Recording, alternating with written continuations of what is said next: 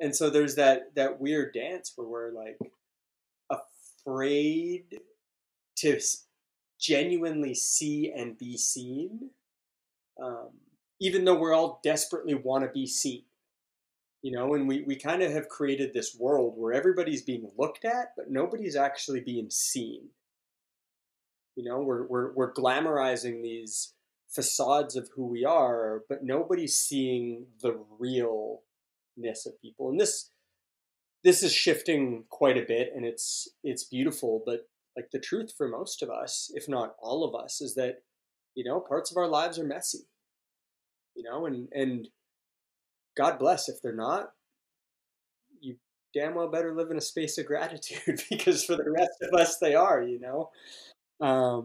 And I just I'm genuinely excited about the future because we're seeing the cracks in that. My friends and I have been on a crazy journey for the last couple of years, building a company that really was a disguise for building a community. We named ourselves Inertia Network because we wanted to be reminded to never let inertia own us and to break it whenever we have the chance. Our adventures have led us everywhere from swimming with humpbacks in French Polynesia to having a beer with locals in North Korea. And this podcast is our attempt at sharing conversations with people that inspire us, push boundaries, and embody what it means to break inertia. My name is TK, and I'm one of the co-founders of Inertia Network. I hope you can join me in learning the philosophies, mindsets, and stories of people that live life on their own terms and ultimately guide you in breaking your inertia. Okay, so today I'm joined by Julian DeSchutter. Julian's a co-founder of Chasing Sunrise, an amazing community founded in Vancouver, comprised of people that want to live more consciously, make more meaningful connections, and really just have a lot of fun in between. Julian's got an amazing mentality towards life, is really a life hacking guru, and after meeting him just a couple times, I can see why this community that he's building has grown to encompass so many people. Thanks for taking the time to join me today, man. Super stoked to be able to talk to you. Oh, my pleasure, man. It's always fun to block out some time and have just genuine, real conversations. Yeah. I mean, that's the thing. Every time we've met, I walk. That buzz you get when you have a really good conversation. Like every time we've met, I've always walked away with that feeling. So it's always such a great opportunity when we get to talk. But I want to kind of just jump into it and really start by diving into you. And I want to know how this adventure you've been because you've been on this crazy adventure from the outside looking in. I want to know how it's really started and how the person that is Julian DeSchutter really came to be. Oh man, that's a good long question. Yeah. And I think, yeah, when I reflect back on it, I don't ever think that there was big stark moments as much as it was a bunch of little decisions that kept adding upon themselves. And I think that that process is true for any life that somebody looks back on and goes, yeah, that was what I wanted. But just a core driver for me, I didn't really realize it till I was 22, 23, 24. But it was, when I look back, it was there my whole life, was just to really create space to ask, what did I want in a situation, and what actually feels good. And that it's funny because when I feel it in my body, it comes from deep down in my gut, and so I go back to being 18, 19 years old and in university and getting a year into a program that, doing really well in it, and just walking up into my parents one day, and I was just like, yeah, I'm not going to do it anymore. It just doesn't feel right.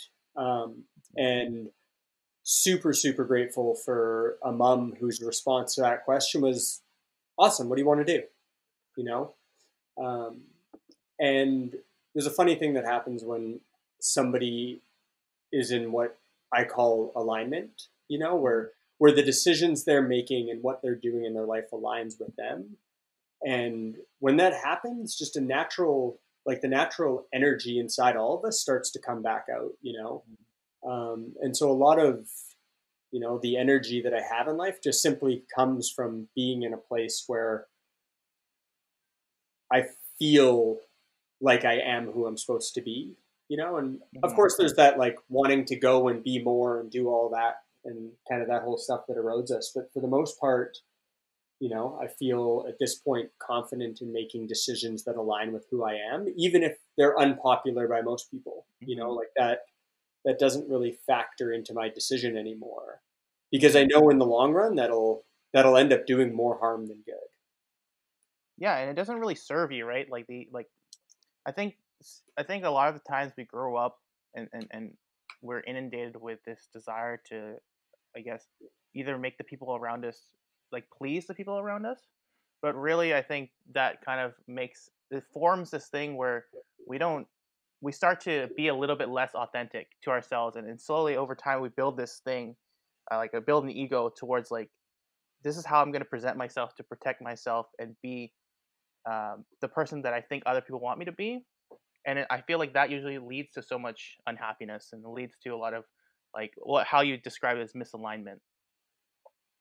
Yeah, you nailed it, man. And it's really powerful to get to like the root of that, where why do we do that? And it's because at the end of the day, we're tribal animals. Hmm.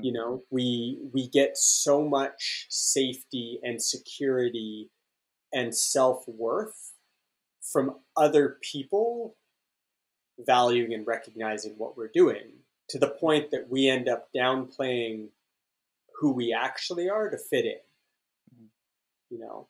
Um, and it makes complete sense why, we've built a world where that's common.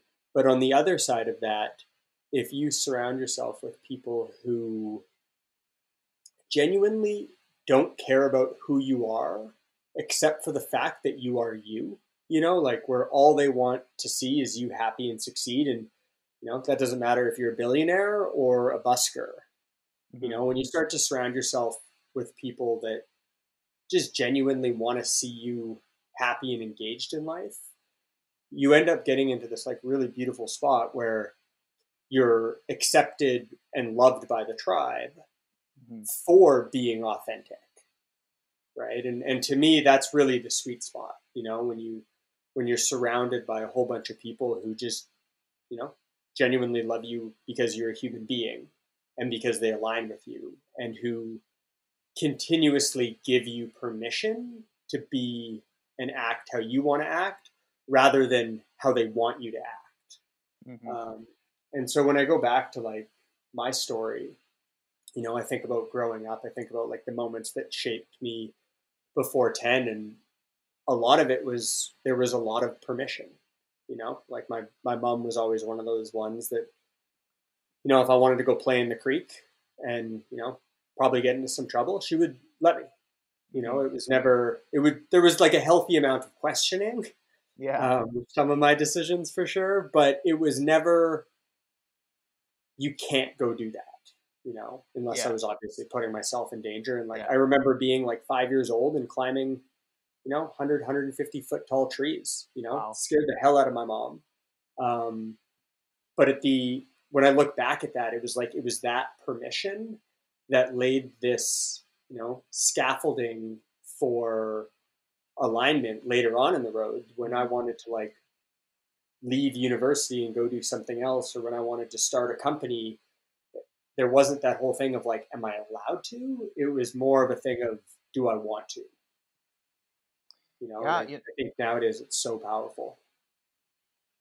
Like my my kind of journey into school was a little bit different because growing up in an Asian household, as a son, and there's a lot of expectation put on you, right?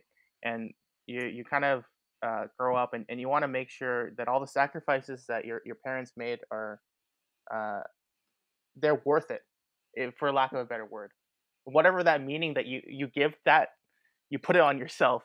And uh, I made a lot of mistakes, in high school, and uh, I wasn't able to go to the school that I think my mom wanted me to go to.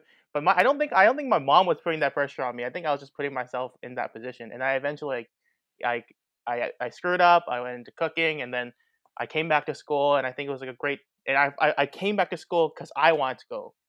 And I think finally, when I made that distinction that my mom wasn't there, she just wanted to make sure that I'm okay. And so uh, I struggled with this that alignment for a long time. And I think that when I finally met like what you're talking about, that community of people, the right group of people that kind of like pushed me to kind of go towards, here, man, like you should just be you, and you should be the person that you want to be. And like when I finally discovered that, I think that everything in my life just got better. I got to meet like amazing people, and I got to find explore and do amazing things that I never really dreamed of ever having the opportunity to do. So yeah, no, I mean, like it's really nice to see like and compare and like see like what the stories are like, and seeing how you kind of like came to be. Yeah, that's really cool, man. And I think there's such a messy discussion in there, you know, Yeah. where it's like around parents, and it's like, do you honor what they've done for you, even if you know it's not who you are, you Hmm. know? And I don't know if there is ever any right answers to that, and there's so many, you know, things to wade through. You know, Hmm. we have obligations as, you know, as you become into an adult to take care of people around you that you love. Um, and so there's this big messy area, and I think a lot of the times we want to, like, you know, we say it's one or the other, Yeah. when in actuality it's both. You know, like Hmm. there's parts of my life that are completely not in alignment with what I would be doing had they not been there, Hmm. but they're there, and I value the people or the thing behind it. So in that sense, I want to put my time and energy into it, even though the action of what I'm doing isn't that great. Um, and so I think it's that thing where there is no correct answer, you know.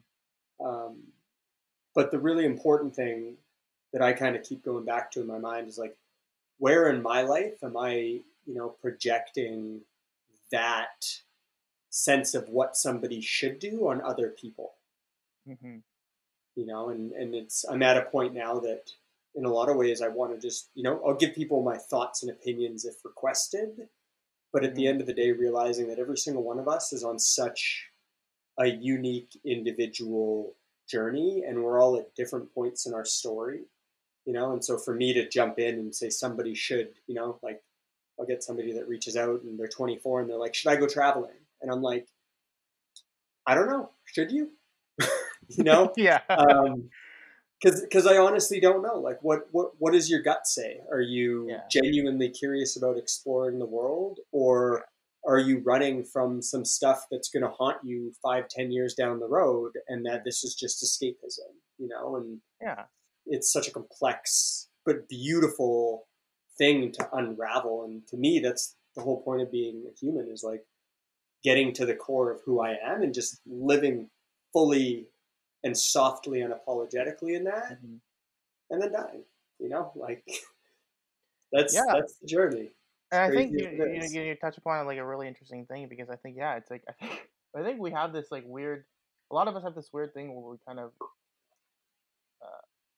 of share how we think about things, and I think we should do those things. But a lot of the times we share it, and then uh, we're implanting kind of like uh, our our reflection, and reflecting on ourselves onto other people, instead of like seeing what they want, and instead of questioning, and I guess being a person, that a sounding board for help figure out what those people want. And I think when you kind of like become that person, and become that person for someone else, because I've been lucky to have those people in my life that don't try to push on a certain narrative onto me, but question the things that I'm thinking about, so that I can come to my own conclusion, and decide like, hey, I do want to do this, or I do want to do that, and instead of being told you should do this or you should do that. So I think that's an interesting thing you kind of touched upon.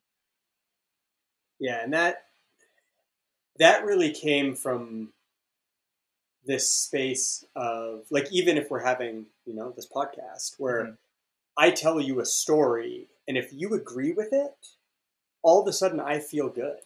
So Yeah. I'm like, ooh, I want to tell that story again, even if that story isn't really what I want that story to be, or isn't Hmm. true to me, you know, as opposed to getting to a place where I simply share whatever story is honest to me.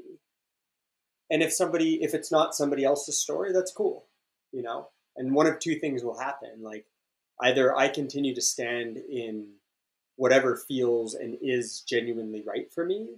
Mm-hmm. And the second thing is that the people who also align with that will start to naturally sort themselves around me, in a way where the people that are around me support me and lift me up rather than, slowly pull me down and break me down.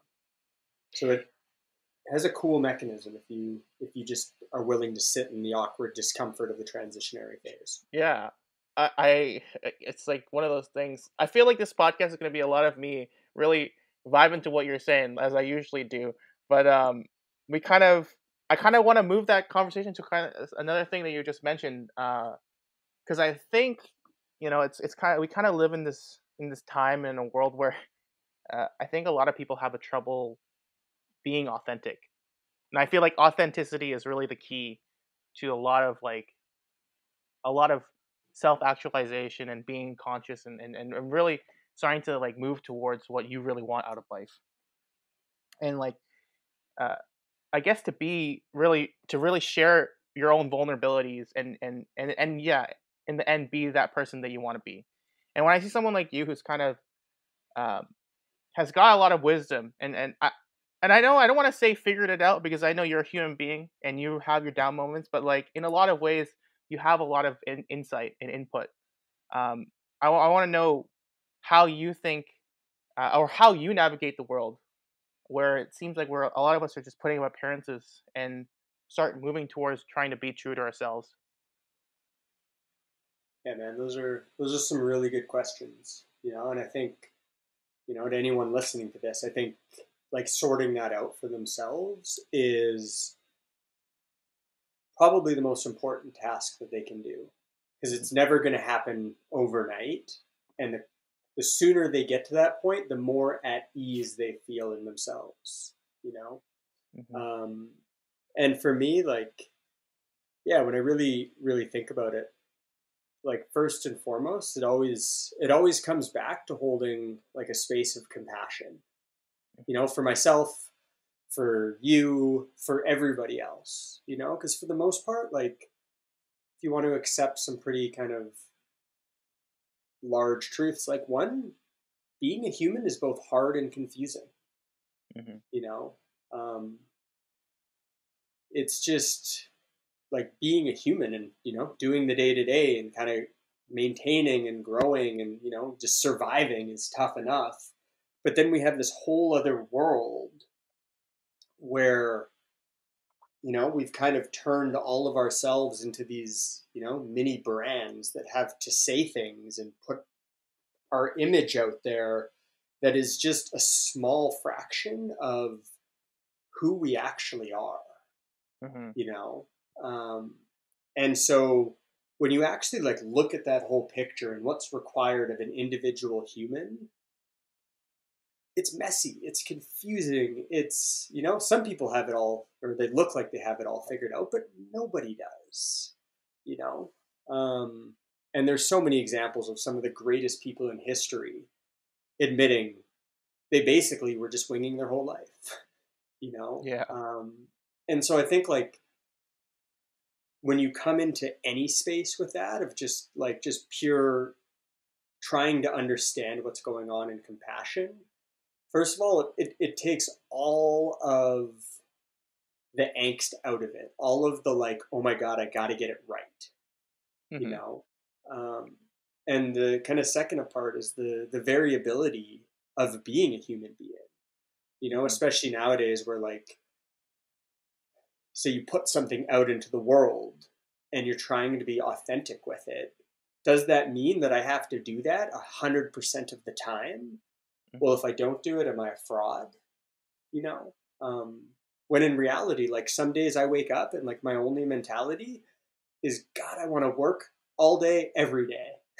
Yeah. Like, and I got that fire in my gut and I'm like, I'll get up at 5 and I'll sit at my desk and I will crush until I'm almost passed out, Mm-hmm. and I thrive in it. I love it. And then Yeah. other days I'm like, I don't want to open my computer. I just want to like lie in bed and chill, you know? Mm-hmm. And so it's like, well, then what does that make me? Am I lazy or am I extremely driven? Mm-hmm. You know, because it's both, you know? And so I think that's a really interesting kind of narrative that I haven't heard a lot of conversation about, but like, especially as we create these amazing platforms to put more of our, you know, voices and stories Mm-hmm. and words out into the world, we have to do so in a way that understands that behind every word, every image, every comment, every podcast are just real human beings, you Yeah. know? And the more I think we create these spaces for humans to softly mess up and to try things and to play, what you end up doing is you end up giving people permission to take off the armor, Mm-hmm. you know, and no longer do they have to show up as the person you're expecting them to be. They just show up as the person they are in that moment because nobody's expecting them to be anything. You That's know? like And that creates a beautiful, just beautiful space. I think that's the thing, man. I think the one thing that I've really taken away in the last couple of years is uh, that being able to be vulnerable and share vulnerability with people is like a superpower. It, it really is one of the most in it's like first of all, I think it's a gift. Like you can give it if you can give that to people. I believe that you're creating the space to kind of let them reciprocate that vulnerability. I think a lot of people aren't necessarily like are they're afraid of what giving that means. Maybe either because of a past experience or because they don't want to appear a certain way. And what I found is like the most meaningful connections that I've made have been with people that I've decided just to lay it out with, lay all the cards on the table and be like, hey man, like this is me, this is the things I deal with, this is the things I suffer from, and uh, then they share those things with me, and that's the foundation of the relationship that we built. And it's actually in a lot of ways it's weird because with these people that I've met for like maybe a week, I've built such a great relationship comparative to people that I've known for like 5 years, which is such a crazy thing to me. And I think it's all about building that foundation of being vulnerable and being authentic. Yeah, I resonate so hard with that, you know, like, and especially on the traveling front, you know, like there's that space where it's like, well, I'm not going to know you in a week, so I can show you who I actually am Hmm. because I want to.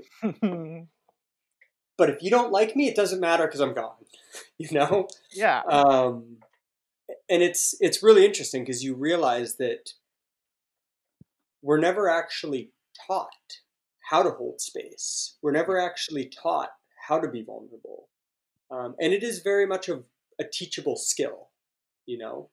yeah, Um, and I like just try it. Go hold eye contact with a stranger for 30 seconds and tell me that stuff doesn't come up inside you that makes you want to look away, yeah, you know.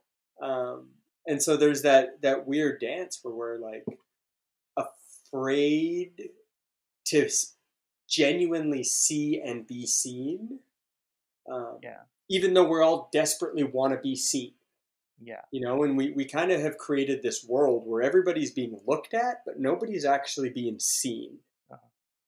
you know. We're glamorizing these facades of who we are, but nobody's seeing the realness of people. And this is shifting quite a bit, and it's beautiful. But like the truth for most of us, if not all of us, is that, you know, parts of our lives are messy, Hmm. you know, and God bless if they're not. You damn well better live in a space of gratitude because for the Yeah, rest of us, they are, you know. yeah, And I just like I'm genuinely excited about the future because, you know, we're seeing the cracks in that. We're seeing that, you know, like even just look at mental health. Like more and more people are coming out and going, "Yeah, I went through shit," yeah, you know. And that's, you know, like as an individual, it's scary to say that. But when all individuals say that, you realize that, you know, you're at any given point 20% of the population, yeah, you know. And it's like all of a sudden living in a state of depression or anxiety is no longer this extremely isolating thing that nobody else is going through. And the same can be said for, all sorts of things that we've never glamorized because they're not sexy. Like 90% of what we consume on a daily basis in the West is what companies want us to consume because they want us to feel something. And of course they're not going to get us to feel like we're bad about ourselves. That's not going to sell anything. Exactly. And so we have this availability bias where all of the information that we have is this like longing mentality. And everybody wants to feel good, so we go towards it. And we're pulling that back because that had a beautiful run for 40, 50, 60 years, but we're realizing that it's just not the truth. And the more the internet comes out, the more we travel and experience other cultures, other peoples, other ideologies, other ways of living. You just start to build this kind of collective gnawing where you're like, this just, it's something's just not right. I might not know what it is, and I might not know where to go with it, but I just know it's not right. Yeah, that's and I something. feel like that's what this is. That's really something that I find really interesting. That thing, that all encompassing thing that's missing. What that it's like that mystery that you don't really understand, and you're just like, and a lot of times we're on this path, and like for you, I guess you found it early on, and at school you finished, you were like, oh, this is not right, and there's that misalignment. And for other people, they just keep going down that path. For me, it was like I was on that path for sure. I was just like, something's wrong, something's not right here, but I don't know what it is, and I don't know how to get off the train. And I think some people never change because of a fear of unknown, fear of failure. There could be so many reasons. And I feel like a lot of what you're doing is creating a community of people that embrace that change. They want to seek out how to be the kind of person that they'd be proud of. And I want to kind of know in your mind what you feel is like the main blocker for people from what you observed from being surrounded by so many people that are making these changes. And what approach you think is a great way to get a little closer to doing what you want and being ultimately more conscious. Yeah, that's such a good question, man. And I think it's such a powerful thing for people to chew on. Like I don't think there's any singular answer to it, but I think there's like some big groups, and so like if you take somebody that hasn't just say stepped off a track that they're unhappy with and stepped into a place where they are, like there's generally probably only a couple major things going on. Like, and the first one very well could just be, I don't know what to do. So, like going back to the mechanisms inside of our body, like our body is wired to survive, Yeah. And doesn't matter who you are, most of your physiology is subconscious, and it's primally wired for millions of years. So it's not just gonna jump off the track and put itself out there if it hasn't done so yet. And so there's when you look at like that, there's like a very real picture that comes. Like you have this one side which is slightly uncomfortable but very certain, and this other side which is very uncomfortable and very uncertain. And then so you ask the simple question, like why don't more people take that leap? And it's like the truth is because so many indicators in it are pointing towards it's dangerous, I'm not going to survive. And so when you actually break it down in our modern world, like all of the actual quote unquote survival mechanisms that are in play aren't really warranted because, for the most part, you're not going to run out of food. You're not going to run out of shelter. You're not going to lose all your friends, but the same mechanisms in your body are happening to tell you that. Right. And so the more you can become aware of that, the more you can kind of create the space to either A, address them, or B, unwind them and realize they're not true. And so I think about this like every time I start another company or another project where I'm like, there's this part of my gut that's like, if people don't like this, I'm a failure, right? And that's a very, very strong evolutionary response. Because if I build something that fails, I'm not valuable to a tribe. Therefore, I get exiled, or I fear getting exiled, But in the reality of like what's happening in my life, like I try this thing, I go do it, it doesn't work.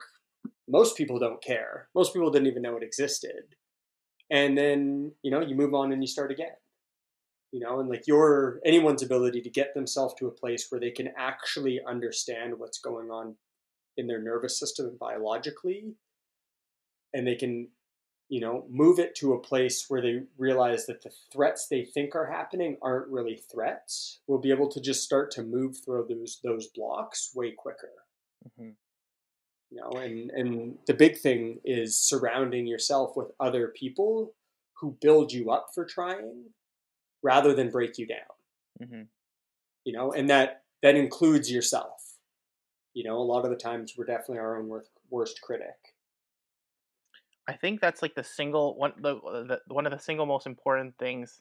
What you've just said is one of the single most important things that for me that I've ever done for myself in my life is surround myself with people that kind of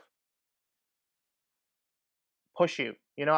Like they don't want, they're not trying to implant their ideas onto you or who they are onto you, but you just by surrounding yourself with them, you kind of like, oh, like I can be myself. I'm not afraid of these things, like, because they're not actually as bad as I think they are. And what I think a lot of people don't recognize is that humans are capable of so much. It's actually incredible how much one person can make an impact. And I think that we don't give ourselves enough credit. And a lot of times we sell ourselves short in this regard. And when we're surrounded by people who kind of like push us and be like, hey, like, you can do it. Like you don't have to be afraid. Like, and if you fail, it's fine because at least you tried. That you just start to go on this crazy journey. Like, I don't know about you, but for myself, like, I never expected myself to be on this crazy journey that I've been on in the past three-ish years now. And the things that I've seen, the things that I've done, the people that I've got to meet, like if you had talked to me when I got out of high school and told me that I'd be doing some of the things that I've had a chance to do, I would laugh at myself. I would laugh myself out the building, because I'd be like, there's no way that you'd have those opportunities. But then, and then, like, by doing those things, I guess, what happens is that if you didn't already have that intrinsic belief in yourself, which I think rarely do people have, but kudos, like, it's amazing if you do, that you slowly start to be a little more, what's the word I'm looking for?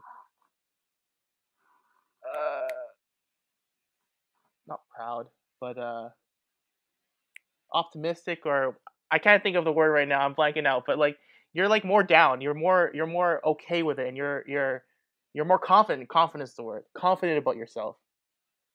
So yeah. Yeah, it's funny because I think like you touched on something where it's like when somebody believes in themselves, they'll go do it. And I really think like that's one of the biggest traps is when I get here, I'll do X. Yeah. When I feel like I'm capable of starting a company, I'll start the company. When I feel like I'm capable of traveling, I'll go travel. And while that's, yes, true, for the most part, it's pushing, like it's inevitably a mechanism that we create to protect ourselves from it. Yeah. Where it's this imaginary line that, when we get here, I'll do Y. When I have this much money in my bank, I'll quit my job. When a lot of the times the go-to move should be, if I have enough of an urge to make that plan to go do it, I'm going to go do it. Yeah. And it's funny because I think we think in these broad strokes, where it's like quitting my job and traveling the world means completely getting rid of my life, and it doesn't have to. It simply can be, 1 week for the next, like a week a month for the next 3 months, I'm going to go travel somewhere new, where it's Yeah. these baby steps. It's these little kind of small things that still represent a seed of the whole that we want, And so whenever I'm kind of mentoring entrepreneurs, I deal with this all the time, where somebody's like, okay, so I need to quit my job, come up with an idea, raise a bunch of money, hire employees, and do this.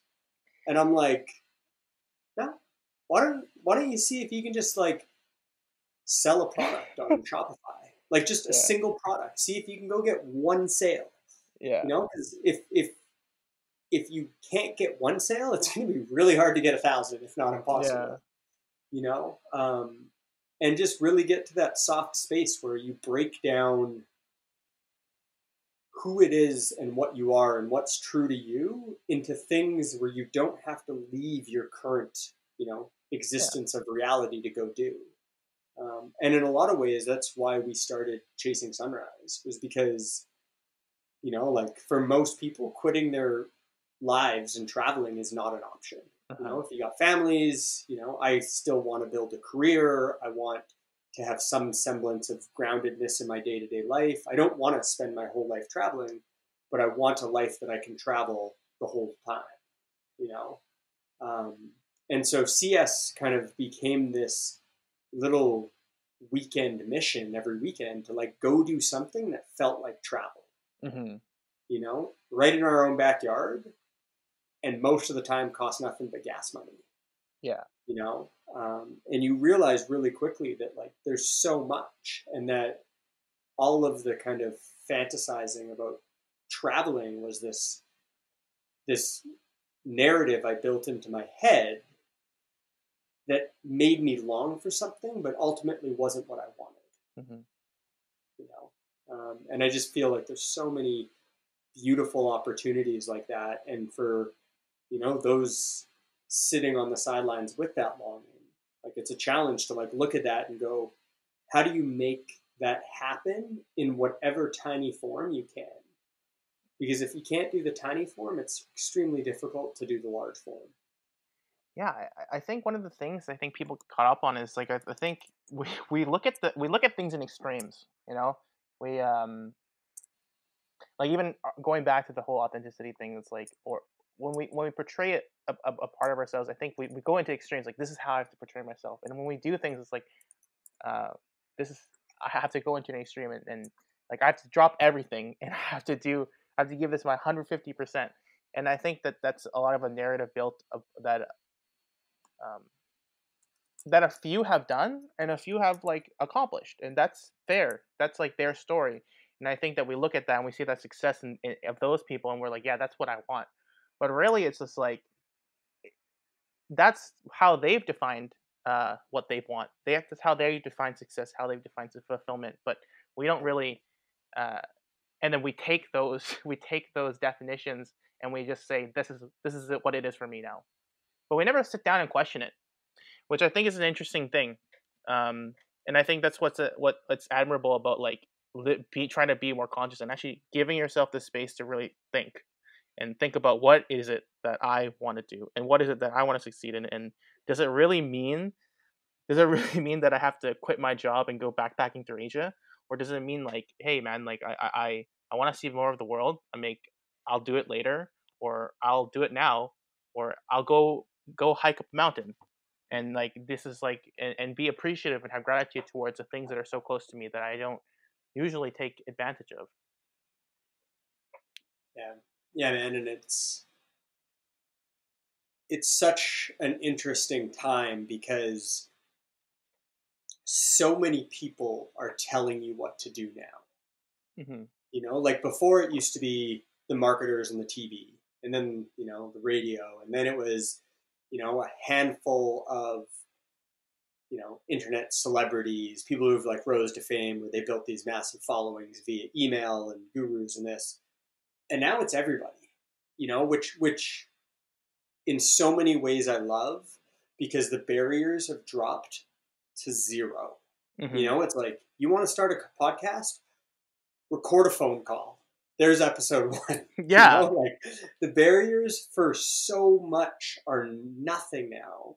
Even to like design, like you can get a Canva account for, $20, and you have access to the world's best designers creating templates for things. Mm-hmm. So it's like everything is getting so much easier, and what's being left is just simply our willingness to express.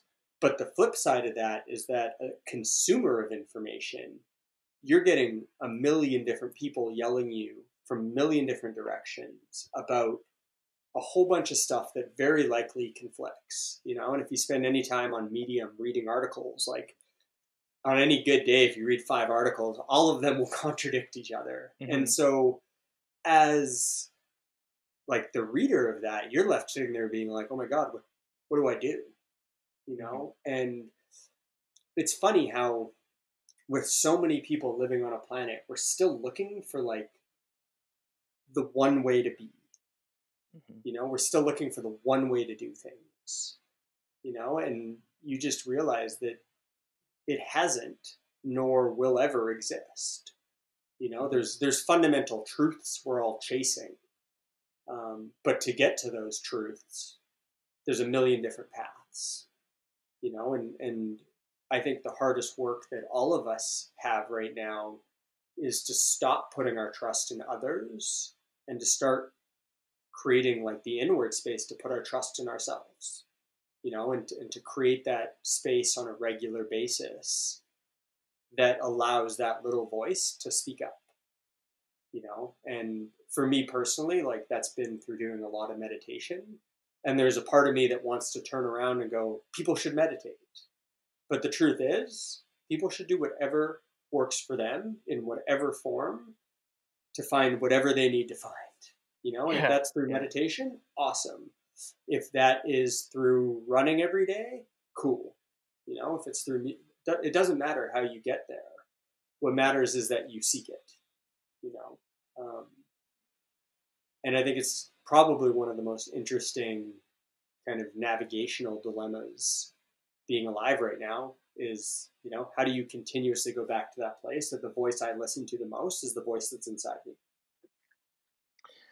Yeah, man. I mean, I think that's it's an important thing, and I think that when we start giving ourselves that space and listening, I think we start producing and creating things, and not necessarily for other people, but even just for yourself, that are just extremely worthwhile and beautiful. And like, what the crazy thing I think is that when you start doing it, I like to think of people as like they become like these little beacons, and then like other people are like, oh, what are you up to? And like they see that you're doing your thing, you look happy, you feel like you're accomplishing things that you want to do, and people are like, oh, I want that too. Like, how do you do it? And like they start talking, and then people just start to gravitate towards those individuals, and then they get the courage to be like, yeah, I want to try something too, and then it just reverberates. And that kind of goes back to my point of like the power one individual has to influence other people is so immense. I'm sure that through your experience in Chasing Sunrise, like you've probably uh, have impacted a lot of people. A lot of people's lives have changed, and whether it be grand sweeping changes or small changes, it's like something has been different for them, and uh, it's probably growth has brought it like a net positive to the world, from at least from my perspective. I appreciate that, man. And yeah, like it's always the intention, like anytime you do anything, you will impact other people. Mm-hmm. You know, um, we are as much our environment as we are ourselves. If our environment is healthy, we're healthy. For the most part. Um, and so it's funny when you take that mentality of like you are the environment that you're in, you start treating it a lot differently. Like I want the people around me to be healthy and vibrant because that helps me be healthy and vibrant. I want the people around me to have good energy because that helps me have good energy.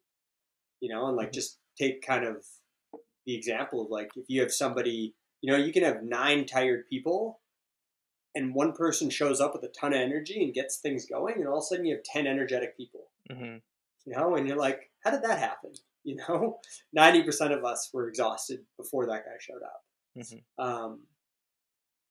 And so that understanding has just really like shifted the way I think about everything around me, where, especially younger me, where it was a more solo pursuit. It's like, doesn't matter what the world around me is like, I'm going to like kind of wall up and do this. And I just, as I've gotten older, realized that while that can be true if I want it to be true, it's not actually the way things are designed. The water that falls goes into the tree, and if it's crappy water, it's a crappy tree. And as I look at that more and more in my own life, like most of the growth and the wins and the moments that matter most to me actually started external. There were people around that said a little thing that impacted me, or it was somebody did something that I saw, or it was watching, my business partner have a chance to be unintegrous and nobody was looking, and he did the thing that was filled with integrity. And he didn't even know that I noticed, but I sat there, and then the next time I had a chance to do something that was disintegrous, I'm like, oh man, that guy did the good thing. And that was cool. I wanted, and that little gesture that he didn't even know I noticed impacted my life, and that's true for like all of us all the time, and so when you think about that, like it changes the way you live, it changes the way you interact with people, and funny enough, like having a dog has completely changed my understanding of it, because every time you go see a dog, they just love you and they're excited, and like, what would your life look like if every time you showed up to people, that's how you were for them?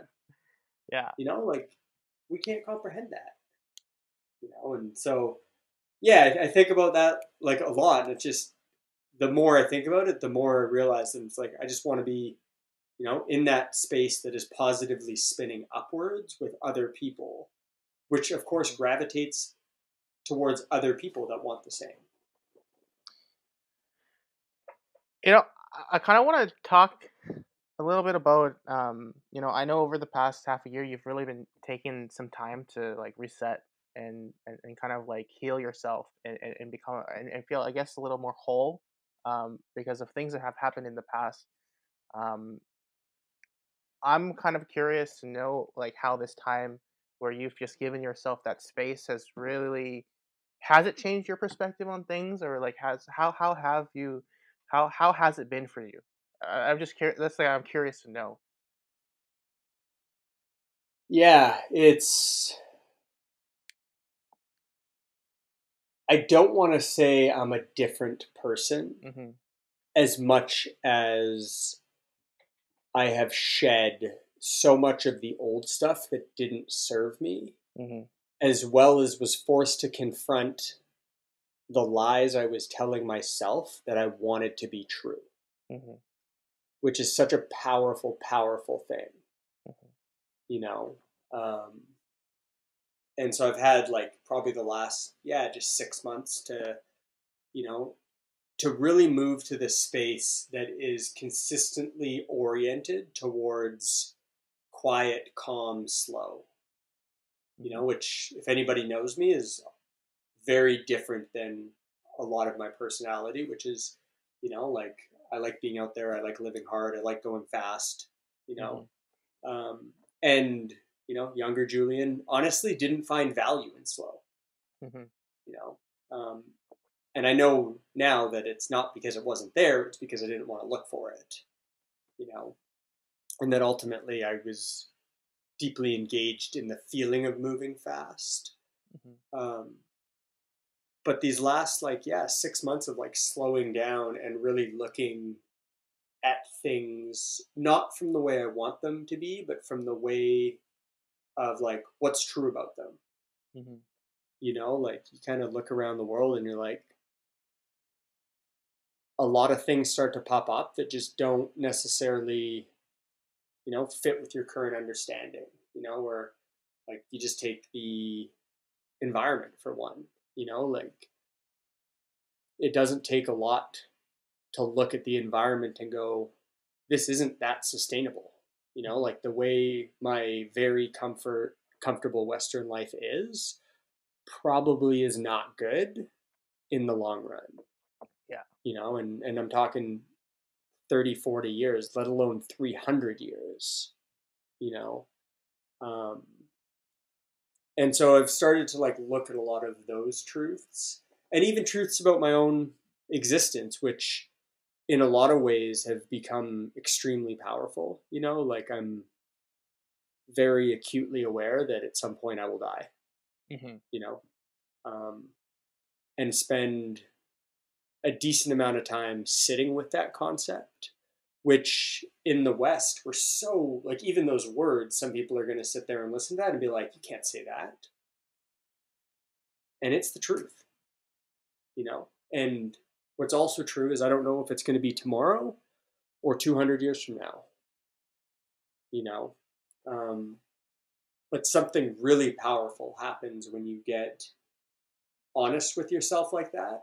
And that's, Mm-hmm. you cut the bullshit, you know, because you no longer convince yourself that you have time or that everything good will never end, Mm-hmm. and a lot of the times, you look at what's happening with this kind of whole coronavirus thing, and it's forcing us to look at things that we were very, very, very comfortably happy not looking at, Mm-hmm. but probably needed to, Well, and so I've now moved just kind of to a space in my life where it's like, what are those truths long before I'm forced to confront them?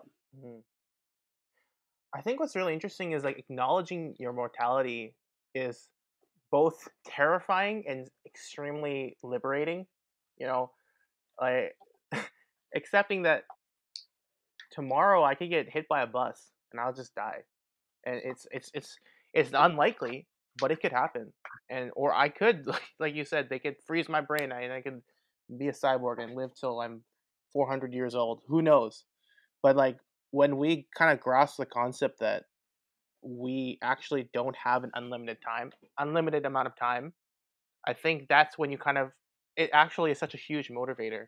And especially like a lot of things you're saying really resonate with me because uh, I think that a lot of the times uh, we think of the world in black and white when really it's just a varying degrees of shade of gray for almost everything. But then there are some of those things that you've touched upon, like fundamental truths that are black and white. And then when you can come to grips with those things, like that one day you will die, it becomes like it doesn't become an excuse anymore.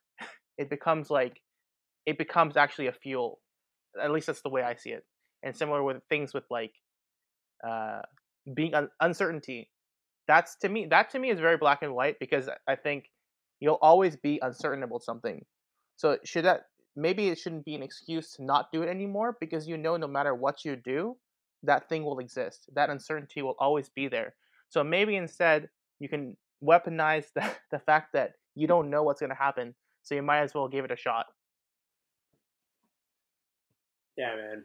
And it's interesting because I look back to a lot of the drive I had when I was 20, early 20s, and it was masked as like completely beautiful, I want to change the world, I want to Mm-hmm. go do these things. And like for the most part it created a lot of really good things. Mm-hmm. Um, but through some stuff that I was forced to go through, 29, 30, what I realized was that at the root of my existence was a deep fear of becoming insignificant Mm-hmm. and being insignificant.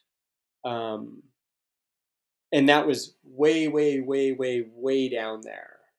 But that was like the core of it, And so here are all of these things that looked really simple and beautiful, and would have been held up by other people as like good, valuable things to do in a society, were actually rooted in my own fear. Mm-hmm. And it was really interesting to come into terms with that, and bump up against that, and at first deny it, to be like, no, I'm not afraid of being insignificant. um, but then through a bunch of things that happened, like be forced to accept that, yeah, there's a part of me that's terrified of it. There's a part of me that doesn't want to fade into nothing. Mm-hmm.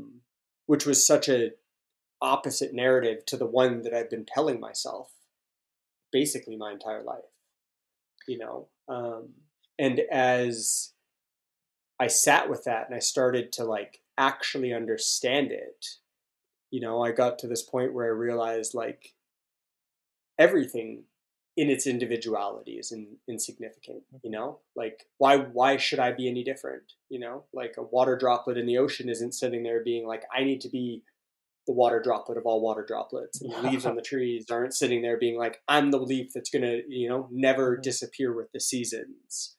And you realize that like there's some mechanism in the human brain and ego that wants to buck the trends of its own foundational way of being. Mm-hmm.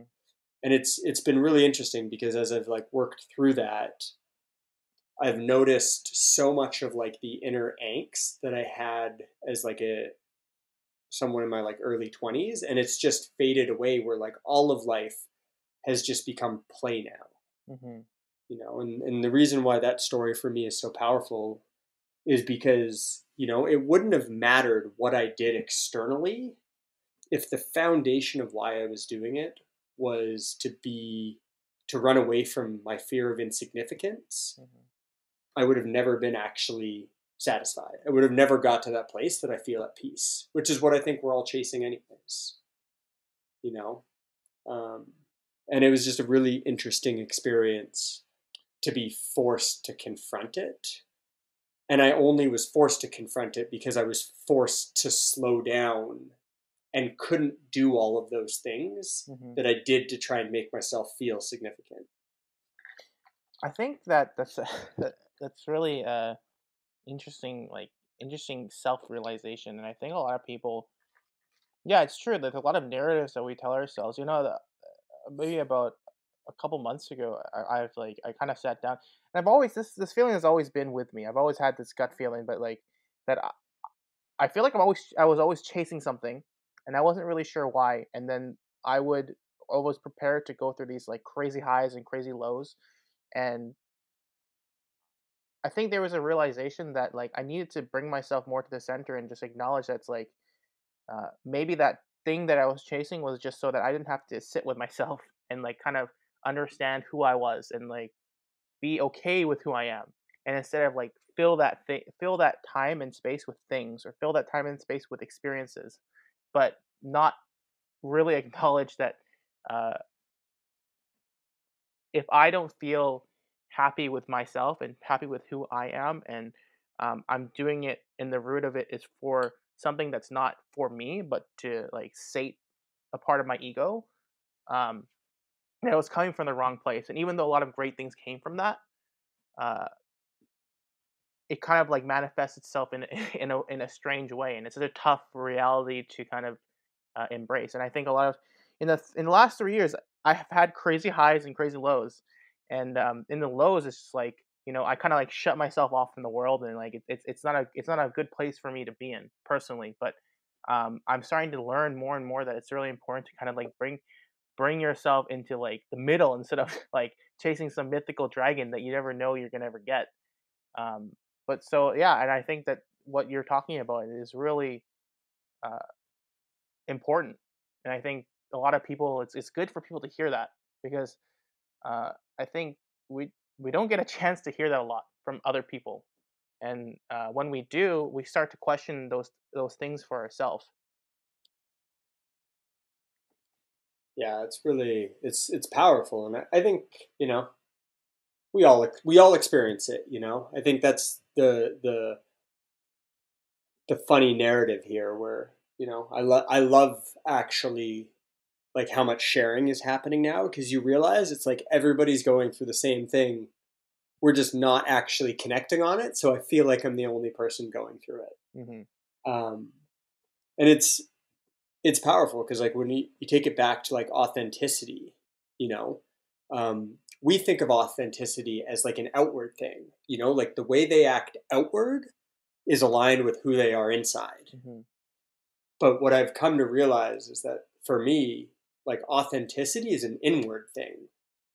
The way I feel is actually aligned with what I naturally want to be doing, and it's been interesting to explore that and to like give myself permission to actually act as how I genuinely feel, where I'm like, sometimes I just want to dance, and it's not even dance when there's other people around. It's just like, there's nobody around. And I'm like, no, I don't want to do that, because I'm going to judge me, not because there's nobody here to judge me, and so it's interesting because when you start to create that space to explore that, you realize that, you're waiting for other people to give you permission, but in reality, you haven't given yourself permission. And if you gave yourself permission, it wouldn't actually matter whether other people gave you permission or not. Yeah, it's true. So I kind of want to talk a little bit about, we've talked about this in the past, and I don't know how much if your thoughts towards this have shifted, but a little bit about like what it means to challenge yourself, and like how that's kind of lacking in a lot of ways. We don't seek enough challenge for ourselves, and that's usually where we there's a little bit of emptiness, I feel, in our lives, because a lot of times that some of the times I feel the most fulfilled is when I do something that I didn't think I was capable of doing, and then I accomplish that thing. And so, on the flip side of that, oh, not really the flip side, like something correlated to that, it's like kind of like talking about suffering too, because I think in a lot of ways, by challenging yourself, you're putting yourself into a bit of suffering. And I think that we have a difficulty with that word, because we don't we're like you said, we're kind of geared towards survival, and we don't want to suffer. But by embracing the suffering, I think it can be very transformational, and it doesn't have to be these like crazy things. And the suffering in itself can be something that you've held on to in the past, but these things I feel like can be fuel, and then challenges can be transformational. Um, so like I'm kind of curious to see on your opinion on what it is about challenge and suffering, and how it molds people, or how if you think it molds people, and if it can be something that can power us. Yeah, absolutely. You know, um, I think when you really look at it, like it's our foundational biology, like we're wired to suffer and grow, and I think there's a powerful distinction in there between pain and suffering. Pain is the physiological feeling. The suffering is in the mind. Yeah. Right. The suffering is the denying of what actually is. You know, but when you actually look at like our foundational blueprint, which is the laws of nature, whatever created everything, like pain and stretching is just a part of growth. And it's funny because in some arenas we're so good at accepting this. Like if I'm an athlete and I'm not pushing my boundaries, we're not going to be good. I'm going to be not going to be a good athlete. Like if I had a coach and he'd be like, "You're not pushing yourself. Like, what are you doing?" And we have such a deep accepting culture of that kind of stretching of one's limits and the pain that comes with it, and then the inevitable growth that follows in the arenas of sports. But when it comes to our lives on the other side, we're so unwilling to have that. Like we've been told this narrative that if you're in pain in life, if you're suffering in life, you're doing it wrong. Mm-hmm. Life is supposed to be this easy, breezy, simple, always look good, never worry thing. And I won't go back to where that starts, but it's very likely marketing. Mm-hmm. And Yeah. you realize that like both sides of those coins are like socially accepted cultures that we've embraced, when in reality, all of them are just kind of fundamental laws of what it takes to grow. And we also know that, growth is one of the fundamental keys to an engaged life. And so I think a lot of us, like when you actually look at it, like what are humans seeking in their time here? And for most of us, it's deep human connection. I'll go deep connection, period, because there's many ways to be connected. And it's growth. Mm-hmm. I want to come into this world and stretch and stretch and stretch and stretch and stretch, and know that by the time I've left it, I've done everything that is possible given, whatever skill sets I have. Mm-hmm. But somewhere in the kind of narrative of that, we sit there and we go, discomfort equals bad. Mm-hmm. When discomfort is actually just an inevitability of stretching. Mm-hmm. Like if an elastic band had feelings, it would hurt every time you pulled it apart.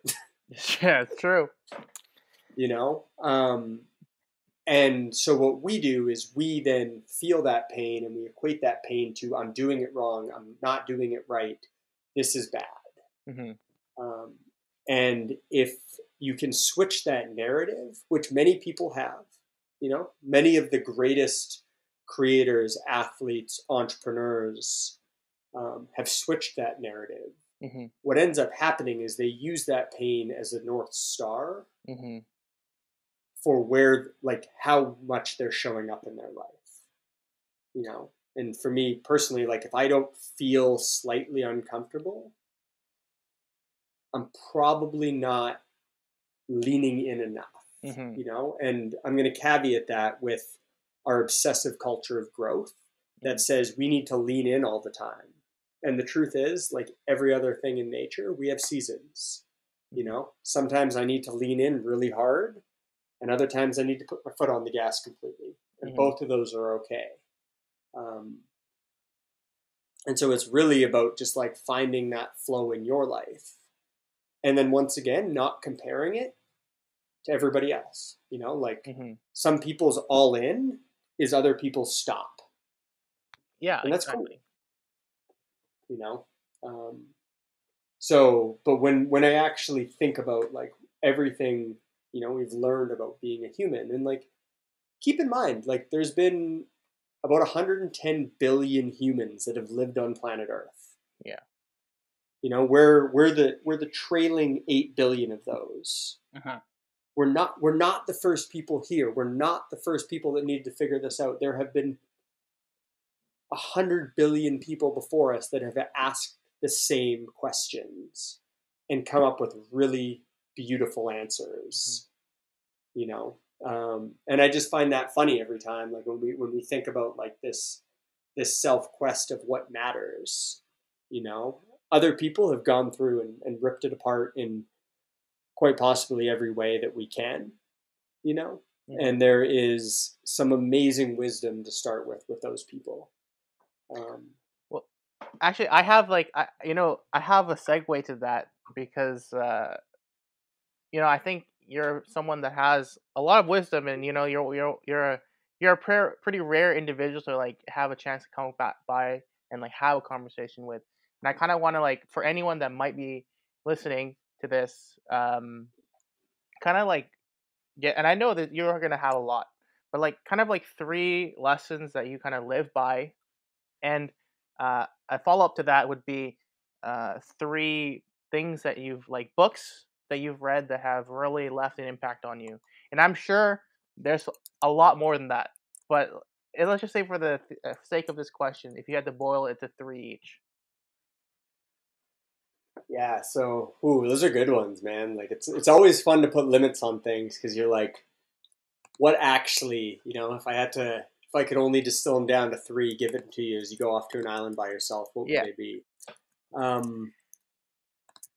Yeah, the big one that's been really humbling for me is meditation. Mm-hmm. You know, and we hear about it and people talk about it and it's becoming this buzzword.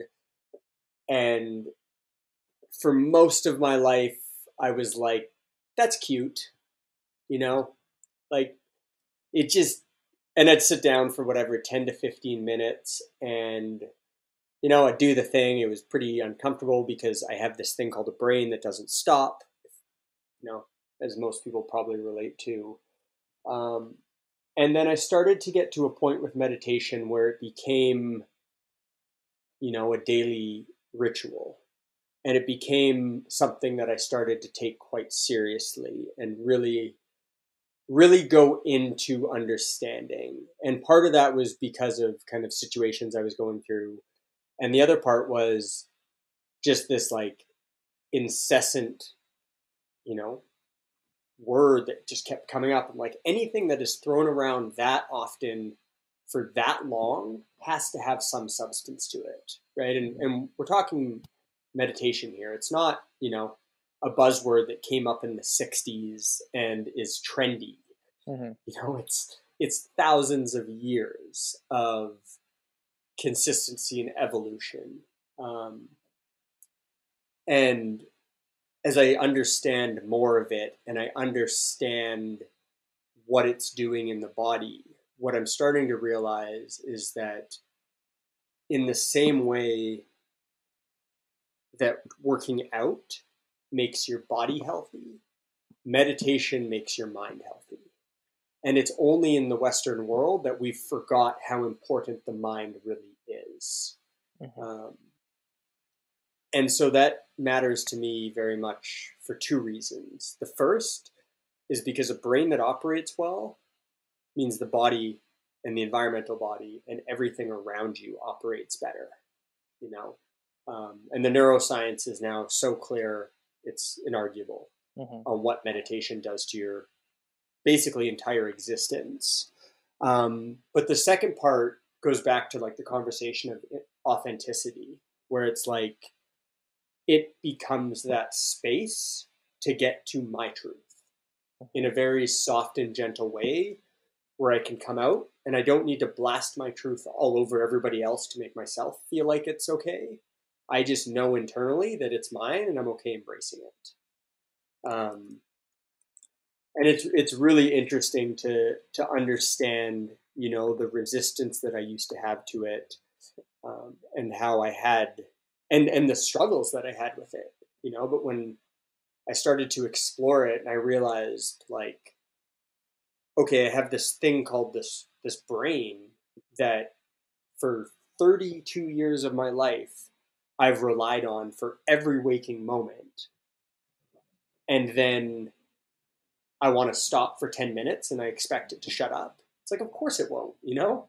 Mm-hmm. It has so much momentum in thinking that it literally cannot slow down that quick, you know? And what I found is that the more I train myself to meditate, the easier it becomes to meditate.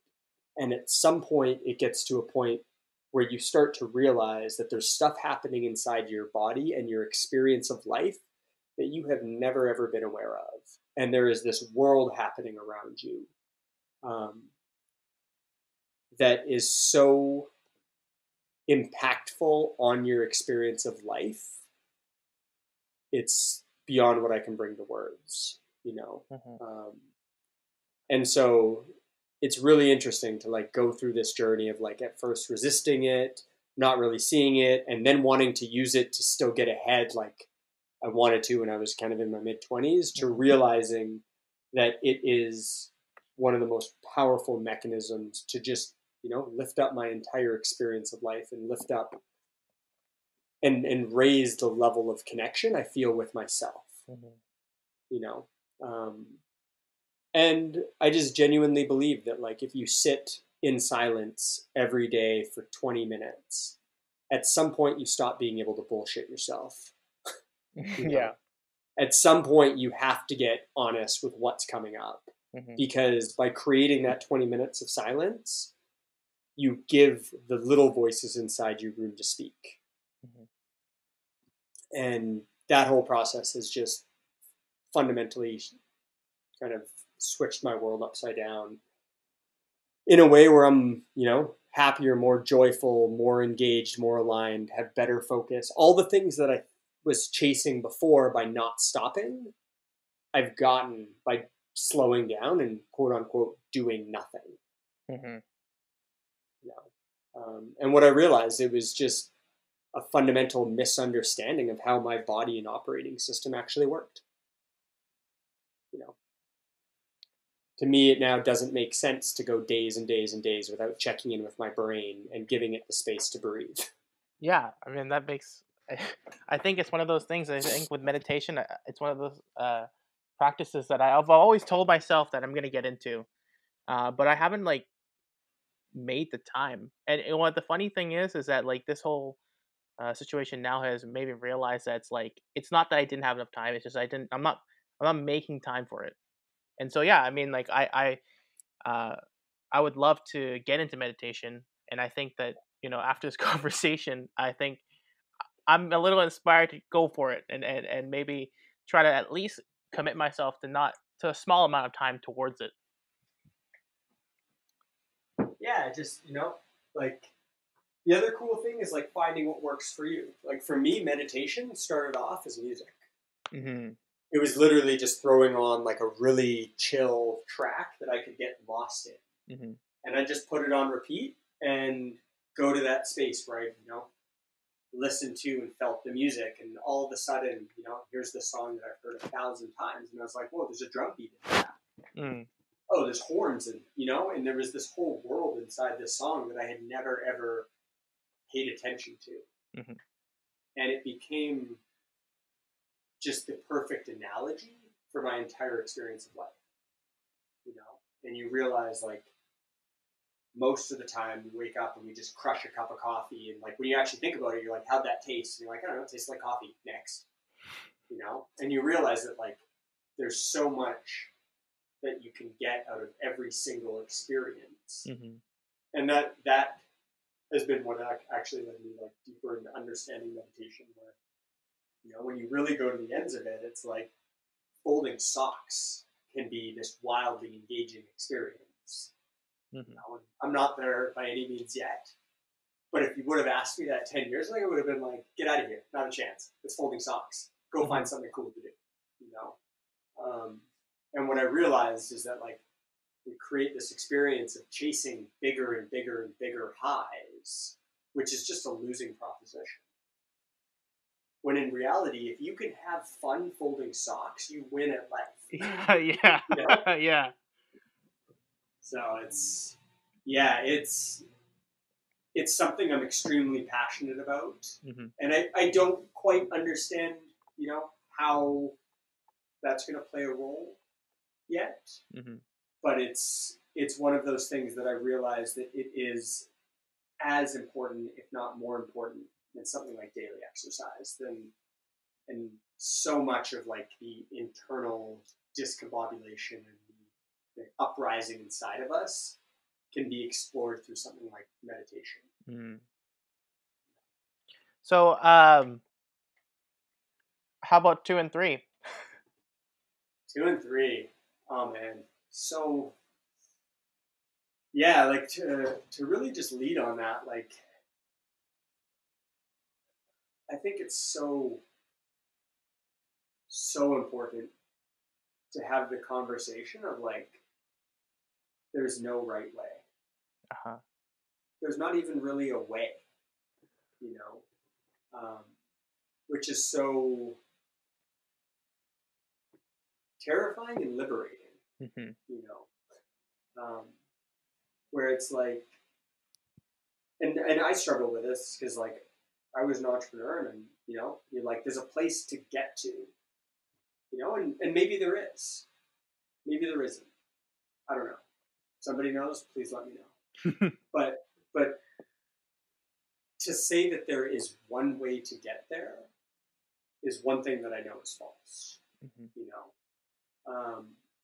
And that is just such a powerful thing to explore, but also terrifying because it puts more onus on me. You know, like if I can just accept that this guy has a 10-step path to get there and everything's going to be good, I have no more thinking to do. Mm-hmm. You know, but when the onus is put back on me and it's like, okay, I have to actually start to think about, what do I want? That's work, you know. Mm-hmm. But I also believe that it's the work that makes all of it fulfilling, you know. And it's a big question that we have for all of us right now of like, what is that path for me, for you, for, you know, the person across the way, where there is no answer to that question. And that, you know, my job in life for me is to ask questions and seek answers and see which ones fit and softly disregard the rest. Not that they're incorrect. It's just that they're incorrect for me. Mm-hmm. Right? And what you realize is that, like, there are certain sets and rules and ways of being for certain individuals at certain times that work, that for other people would be completely disastrous. Mm-hmm. And in that, it just starts to give you a lot more permission to just kind of do your thing, you know, to honor what works for you, which is ultimately very likely going to get you wherever you want to go. Maybe not faster, but in a way that actually works for you in the long run. You know, and you know, corporations are filled with people that got to the top that feel like complete frauds. Mm-hmm. Because it's never what they were supposed to do. You know, they played the game and they checked the boxes and they got there, and then they go, "Oh shit, what am I doing?" You know. And the third one is like just really practicing the willingness to push the edge of what I'll call it your weird is. Mm-hmm. You know, because for some people, their weird is like crazy weird ecstatic dance. For other people, it's simply picking up a phone and putting it in front of their face and putting what they believe out there. Mm-hmm. But what we're realizing now is that the world is so diverse and there's so many stories and so many of our stories overlap. And that true, genuine connection comes when my story overlaps with your story and we connect on it. Mm-hmm. Right? And if the story that you're putting out there is not aligned with who you are, then you can't connect with anyone based on it because you don't even connect with it. Right? And this doesn't have to be a big public thing. Like it can just, you know, be the conversation you have with your friend where you finally get honest about who you are and what you want to do. Mm-hmm. You know, it doesn't have to be a public thing, but that willingness to kind of explore and step into, you know, who you truly are and the weirdness that will follow, like our ability to embrace that, I think is what's going to shift everything in the right direction. Mm-hmm. Because the fundamental truth is that, like, humans are good. You know, humans are genuinely and generally like positive, optimistic, want to help, want to, you know, be a part, want to connect, want to create.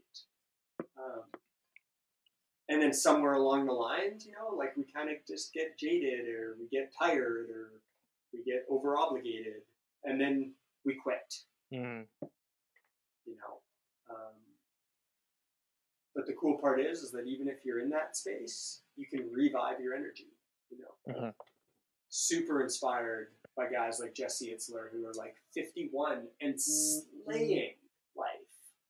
You know, and not like doing crazy stuff, but they're just like, yo, I'm gonna go run a mile for every day of the month it is. You know, until you realize he's running 24 miles, 25 miles, 26 miles, 27 miles a day, back to back to back to back.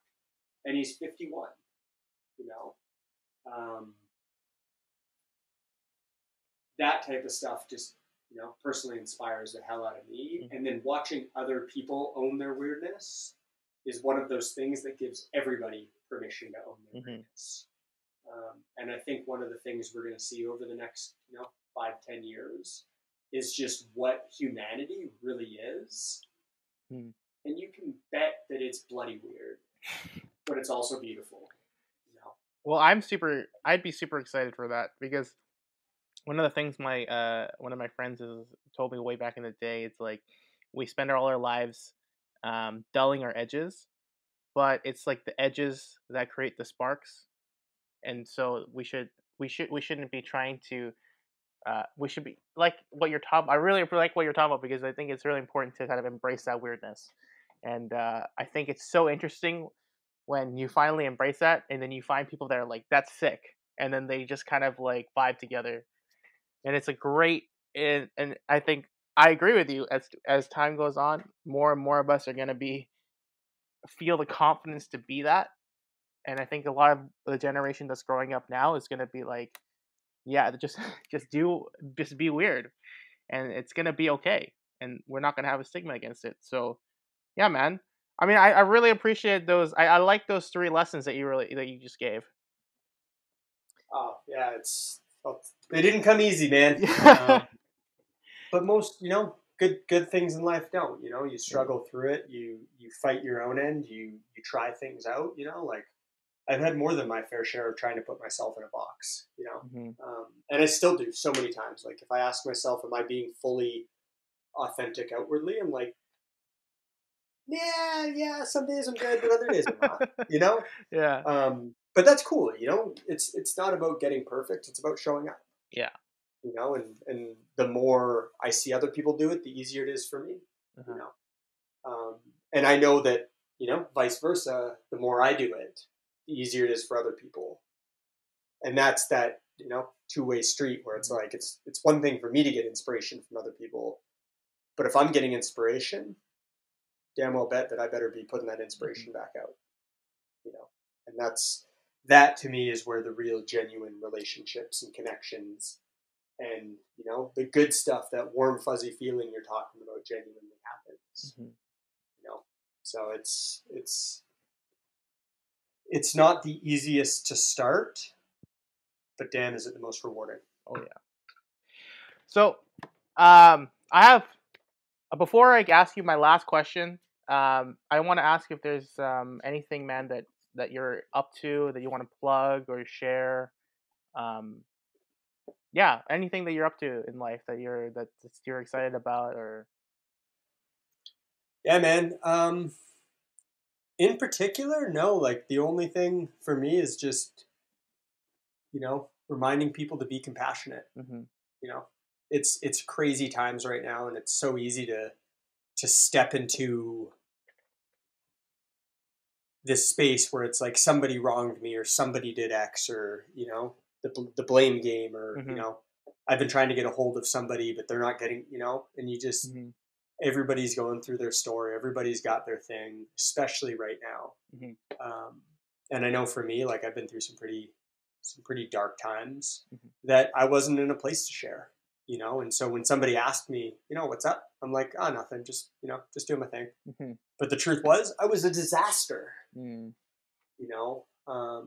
And for me, it was the people that just genuinely held space and were compassionate and just left it at that, or would say, hey, look, if you ever need anything, even though I wasn't showing up for them, and they were just compassionate back to me, that genuinely, fundamentally kept me going. Mm-hmm. And so yeah, the only thing I want to plug these days is compassion, man. I think it's the realization that we're all in this thing together. That's a good plug. I mean, like I appreciate that plug, and I really approve of it. All right, okay, I'm gonna ask you my last question, and then I'm gonna let you go. So we kind of have this saying, which is really funny because it's kind of similar. What I found is there's a lot of similarities in I guess the ethos of what you guys are building at Gene Sunrise and what we're building at Inertia Network, and it's kind of this idea for us. It's breaking inertia, and like the idea of it is to challenge status quo. To move out of our autopilot state, and in essence, really just choose to live more consciously. So, how have you broken your inertia? Oh man, that's a big one. Yeah, I think the biggest one for me is just we build stories, or I've built stories in my head that feel good, where it's like, yeah, I can, get away with that because it's everybody else is doing it, or, Mm-hmm. I don't need to meditate because I feel good every day, you know, um, and just really diving into those and with a softness, exploring if they're true, Mm-hmm. like, am I really showing up how I want to show up? And just holding the space for that answer, Mm-hmm. and sometimes it's an overwhelming, yeah, I am. But you'll ask certain questions, or I've asked certain questions, and I get to this point where I'm like, damn it, I'm not, you know? And to me, that's where the real fun starts, because that's where you get to challenge your own status quo, Mm-hmm. you know? And I think there's so much like sex appeal around going out and trying to change the world, you know? Um, but I think it's far more powerful to be willing to step inside yourself and change what's happening in there. And by doing that, you will end up changing the world. So for me, it's been a healthy and repetitive space to go inside that and just really explore it. Call myself out on my own BS. Well, thank you so much for taking the time, man. Always, like I said, always so happy to get a chance to talk to you and kind of like explore your mentality and your thoughts. And you're doing amazing things. Um, and I hope that in the future we get more chance to like see each other and hang out. But I hope you just always be you, man. It's always a pleasure. I appreciate that, man. Appreciate the kind words. They're felt, and one day this will pass, as all things do, and hope to see you boys somewhere around the world. Let's go have some fun with it. All right, dude. All right, Julian. Thanks, man. All right, brother. Hey everyone, thanks for tuning in to the Inertia Network podcast. If you like what you heard, come check out our website, inertianetwork.com, or follow us on Instagram at Inertia Network so you can see what our journey has looked like. Hope we can continue on this adventure together, have some meaningful conversations, and break our inertia. See you next week.